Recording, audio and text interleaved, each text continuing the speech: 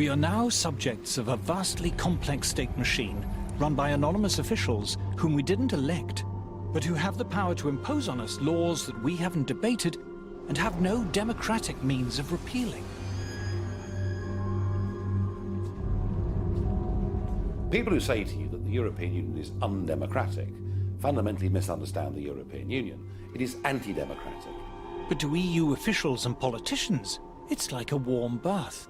It's like heaven for the politician or bureaucrat because it's power without accountability. The reason why all the major political parties are massively in favour of Europe is because when their careers are blown out of the water here, they're stumbling around for a job. No commercial organisation is going to hire them. They know what a collection of shits they are, right?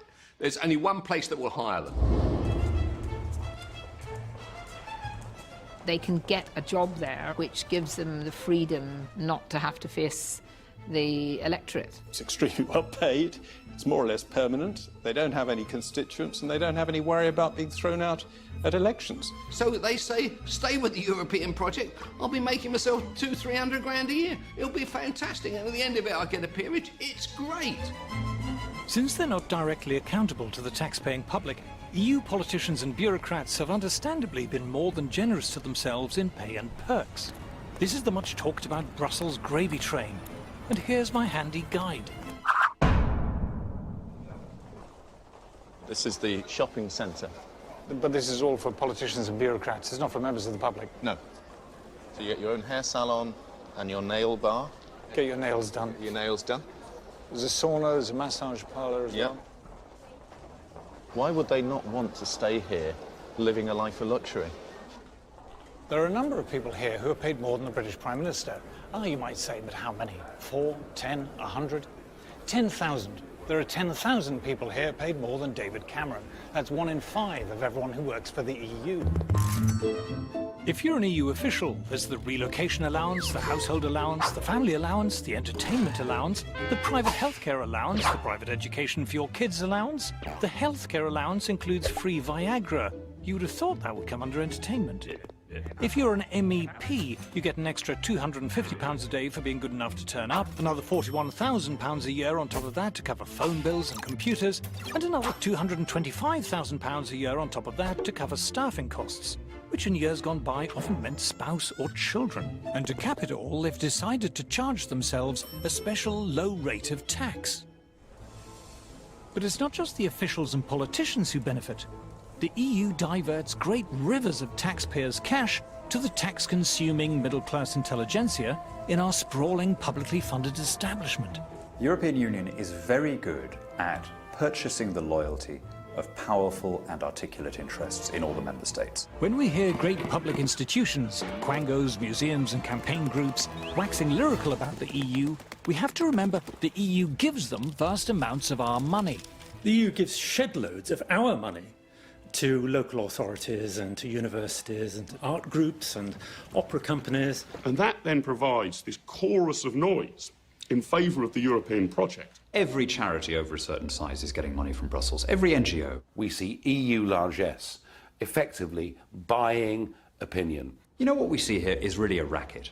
It's become a very good way of taking money from the general population and handing it to people who are lucky enough to be working for the system. The EU likes to advertise its generosity. Here in the northeast, for example. European Union investing in your future. Isn't that good of them? I wonder where they got the money. The Sage Arts Centre at Gateshead, we're often reminded, was built with the help of EU money. But what you're not told is that if you live in the northeast, for every £1 that comes from the EU, you have to pay the EU £2.30 in tax. But that's not the only price the Geordies have to pay for EU membership. I'm heading down the river to the mouth of the Tyne.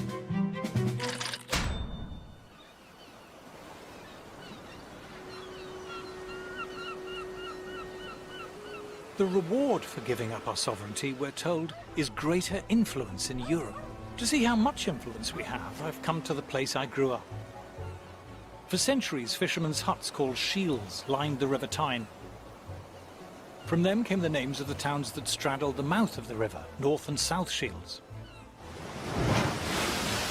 The seas here are rough, but the water is rich in mackerel, haddock, salmon, herring, cod, skate and shrimp.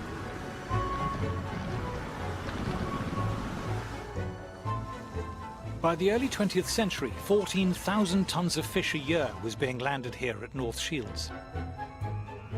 There's a daily fish auction here still, in a building part funded by the EU.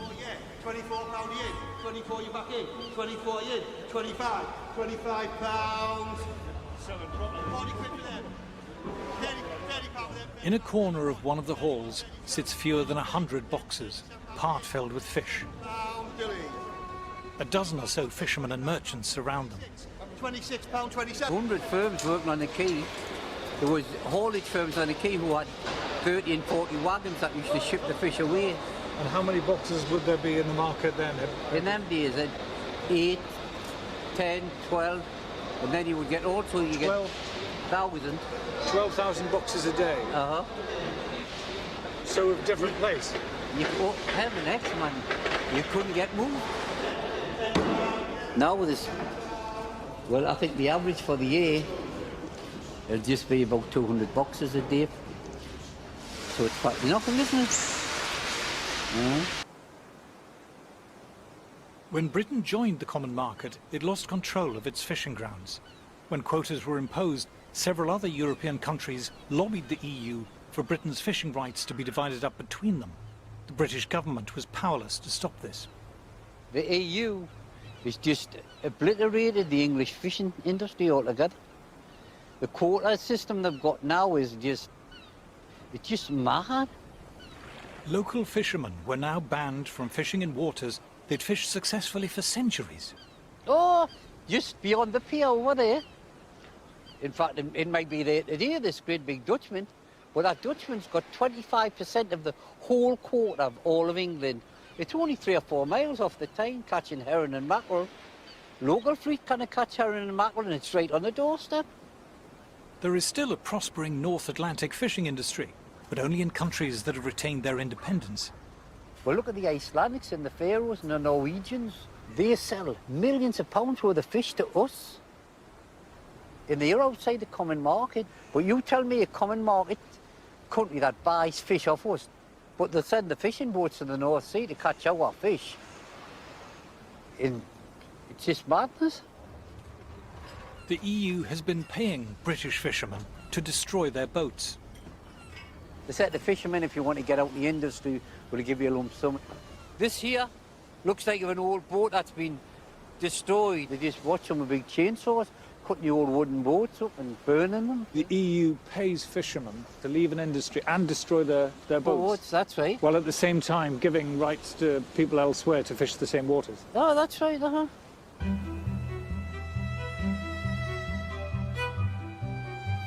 For the fishermen here, being in the EU does not mean that Britain has greater influence over European affairs. It means Europe has taken control of our affairs. We have not gained power, we've lost it. For the last couple of decades, Britain has voted against 72 measures in the European Council and been defeated 72 times. How will you be voting in the referendum? Oh, definitely out. Definitely out. I've known that as soon as I ever got the chance, I'd vote out. For many in Britain, the EU sticks in the craw. EU regulation seems absurd and intrusive. We don't like being bossed around by a bunch of bureaucrats. For the British, it seems to go against the grain.